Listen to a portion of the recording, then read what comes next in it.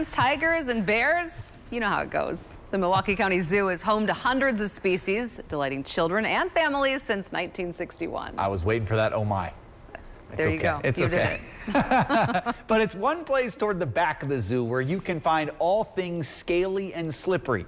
Ellie Nakamoto White takes us behind the scenes of one of the zoo's oldest buildings.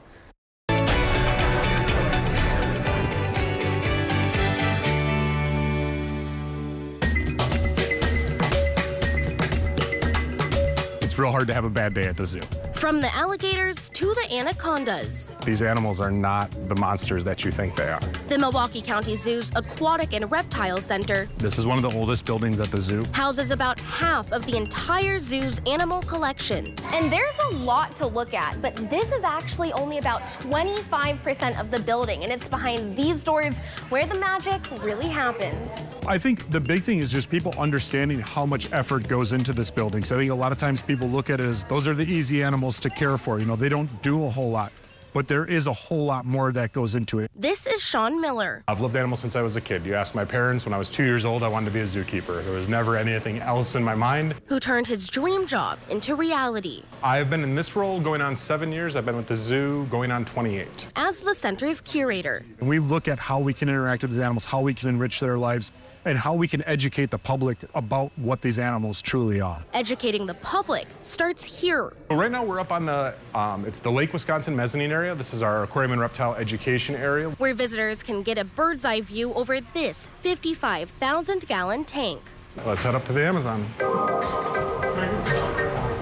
Then come the big guys. The fish in this tank go anywhere from 5 pounds to 100 pounds. The Amazon River Habitat Aquarium brings out the predators, like this arapima named Gold, who Miller helped train for months. Fish are very much more intelligent than we thought. We'll lower the target into the water, she'll come up and actually hit the target, and then she'll get her food. And why, you ask, does a fish need to be trained? If we have to do a veterinary procedure or something like that on these animals, we may need to be able to capture and restrain. So we're working towards getting her to actually swim into a sling that will be able to lift out of the water.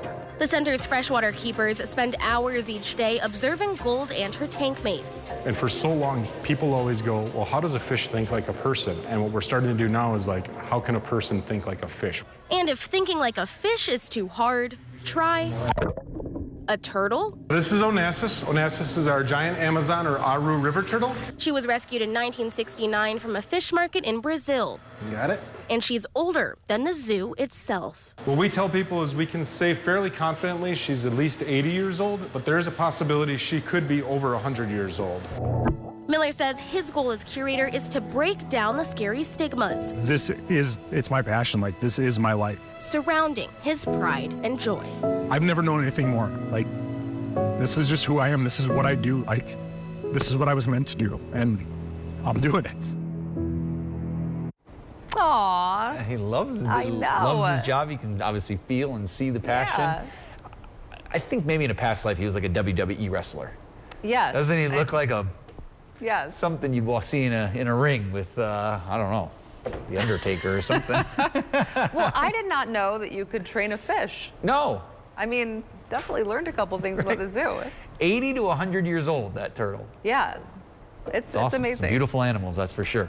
All right, well, make sure to join us next week for Behind the Scenes. After the premiere of season 36 of The Amazing Race, we are going to hear from 2 Wisconsin firefighters competing this season.